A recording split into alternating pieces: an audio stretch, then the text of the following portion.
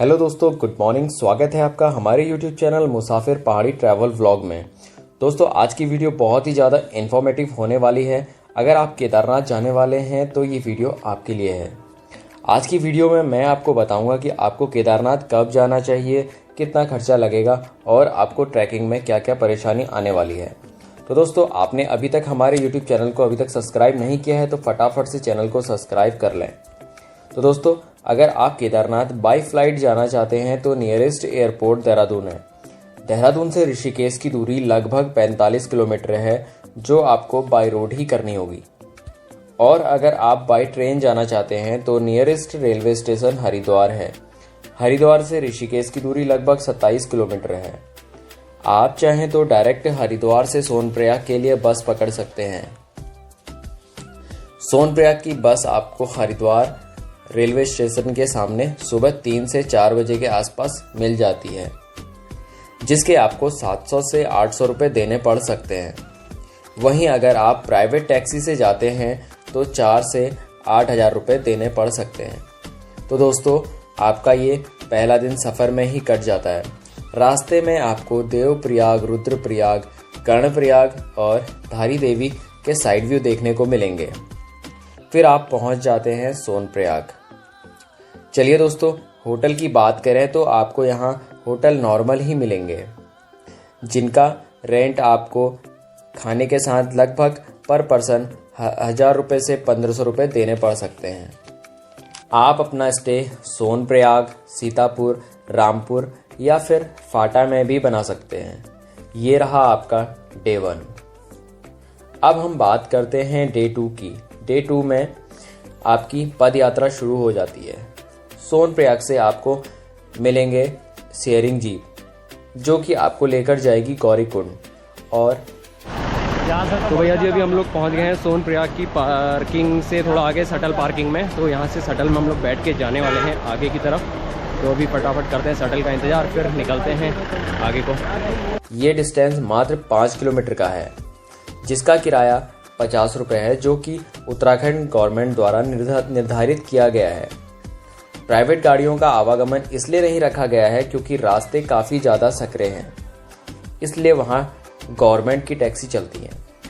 Taxi में 8 से 10 लोगों को बैठाया जाता है और आप 15 से 20 मिनट में पहुँच जाते हैं गौरीकुंड। गौरीकुंड से केदारनाथ की दूरी लगभग 22 किलोमीटर है, जो कि लगभग 10 घंटे में पूरी हो जाती है। यहीं से श्री केदारनाथ को पैदल यात्रा शुरू हो जाती है। अगर आप पैदल यात्रा करने में सक्षम हैं तो अपने साथ एक लाठी जरूर रख लें, क्योंकि ये ट्रैकिंग करने में आपको बहुत ज़्यादा हेल्प देगी। दोस्तों, अगर आप केदारनाथ आ रहे हैं ना तो आप इस टाइप की लाठी ज़रूर ले लें, क्योंकि ट्रैकिंग करने में काफ़ी ज़्यादा दिक्कत होगी और ये आपके लिए काफ़ी ज़्यादा हेल्पफुल होगा। क्योंकि हमने यहाँ से लगभग 19 किलोमीटर की ट्रैकिंग करनी है, जो कि भैया हमें इस लाठी के सहारे हमें काफ़ी ज़्यादा ईजी होगा। तो फिलहाल अभी हम लोग ये लाठी वगैरह लेते हैं। तो ये हमें जो लाठी पड़ी है यहाँ से, ये 40 रुपये की पड़ी है। अगर आप चलने में सक्षम नहीं हैं तो आपके पास 2 विकल्प आते हैं। पहला, घोड़े खच्चर, जिनका किराया जाने का 2500 से 3000 होगा और रिटर्न आने का 2000 से 2200। ये घोड़े का विकल्प है। दोस्तों, दूसरा विकल्प पिट्ठू या पालकी है। ये आपका वजन देखकर किराया लेते हैं। अगर आपका वजन 60 से 80 केजी के बीच में है तो ये आपसे 8000 से 9000 रुपये लेंगे। दोस्तों, इसके अलावा आपके पास एक और विकल्प है, हेलीकॉप्टर। लेकिन इसमें सबसे ज़्यादा मगजमारी रहता है टिकट बुकिंग का, क्योंकि इसकी टिकट यहाँ पर मिलती नहीं है। केदारनाथ की ओपनिंग के साथ ही इसकी सारी टिकट एडवांस में ही सोल्ड आउट हो जाती है। तो दोस्तों, यहाँ पर हेलीकॉप्टर 3 जगह से आपको सर्विस देता है। पहला सीरसी, दूसरा फाटा और तीसरा गुप्तकाशी। अगर बात करें टिकट बुकिंग का तो आप इसे IRCTC की वेबसाइट से ऑनलाइन टिकट बुक करा सकते हैं। टिकट आपको सीरसी और फाटा का 5000 से 5500 रुपये पड़ेगा और गुप्तकाशी से लगभग 8000 रुपये रहेगा। ये किराया आपका दोनों तरफ का रहता है। तो दोस्तों, ये रहा आपका डे 2 और आप पहुंच जाते हैं श्री केदारनाथ।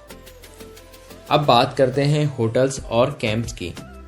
होटल्स आपको यहाँ पर पर्सन 2000 से 2500 रुपये खाने पीने के साथ मिलेगा।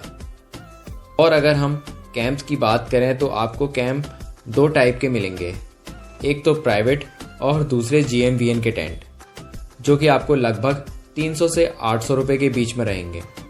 अगर आप प्राइवेट टेंट में जाते हैं तो आप वहाँ पर बार्गेनिंग कर सकते हैं, लेकिन GMVN के टेंट आपके फिक्स प्राइस रहेगा। अब दोस्तों बात करते हैं डे 3 की। आप अर्ली मॉर्निंग में उठिए, नहा धोकर सुबह 4 बजे लग जाइए महादेव के दर्शन की लाइन में। फाइनली हम लोग लग गए हैं लाइन में और अभी हम करते हैं दर्शन बाबा जी के। तो भाई ये है माहौल आगे का।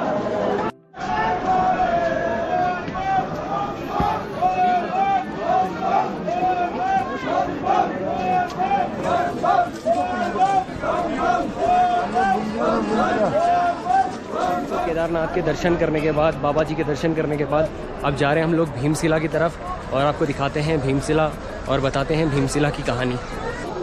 तो दोस्तों मंदिर के ठीक पीछे आपको मिलेगा भीमशिला पत्थर।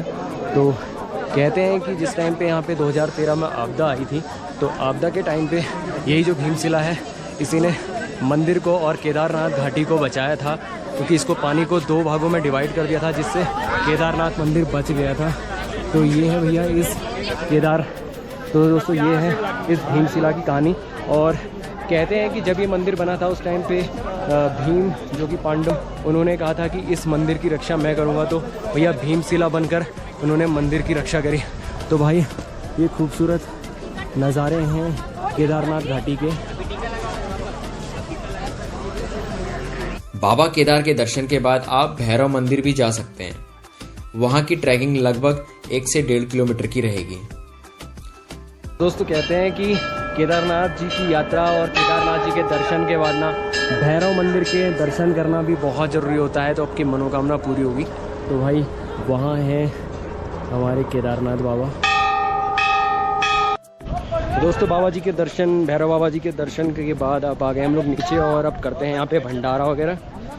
तो यहाँ पे ना आपको भंडारे के ऐसे छोटे छोटे पंडाल आपको देखने को मिलेंगे।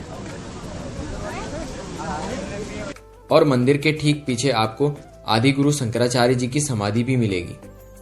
आप वहां भी जा सकते हैं। दर्शन के बाद आपको वापस सोनप्रयाग भी जाना है। लगभग 10 घंटे आपको पैदल वापस जाने में भी लगेंगे। तो दोस्तों ये रही हमारे केदारनाथ की यात्रा। तो दोस्तों अगर आपको हमारी ये वीडियो अच्छी लगी तो प्लीज़ लाइक करना, शेयर करना, सब्सक्राइब करना और मिलते हैं फिर से किसी नेक्स्ट व्लॉग के साथ। तब तक के लिए जय हिंद, जय भारत, जय केदार।